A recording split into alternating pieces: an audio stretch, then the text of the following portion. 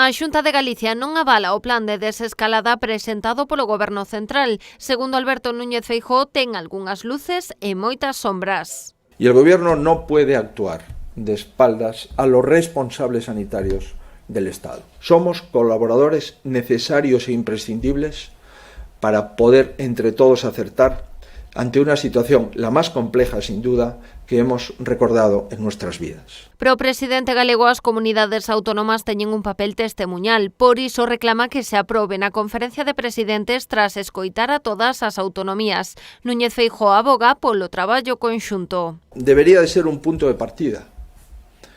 Y yo espero que nos lo deje mejorar. Y que nos lo deje mejorar por el interés del propio Gobierno, por el interés de los ciudadanos y por el interés de Galicia y de España.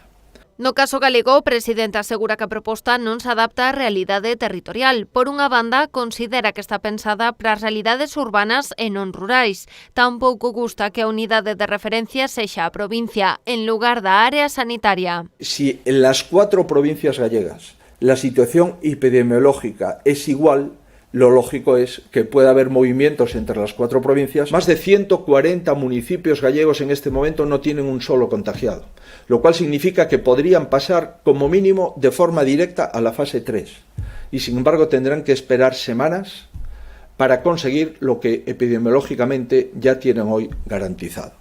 Aínda que o líder galego aplaudiu que a desescalada sexa gradual, con períodos de 2 semanas entre fases e que se poida abrir o comercio con cita previa, asegura que a Xunta descoñece os criterios sanitarios que marcarán o cambio de etapa. Desconocemos, pues, cuáles son los criterios sanitarios exactos a los que los territorios nos tenemos que someter para obtener un resultado objetivo e incuestionable y que no dependa de la voluntad de interpretación del Ministerio de Sanidad, es decir, del Gobierno Central.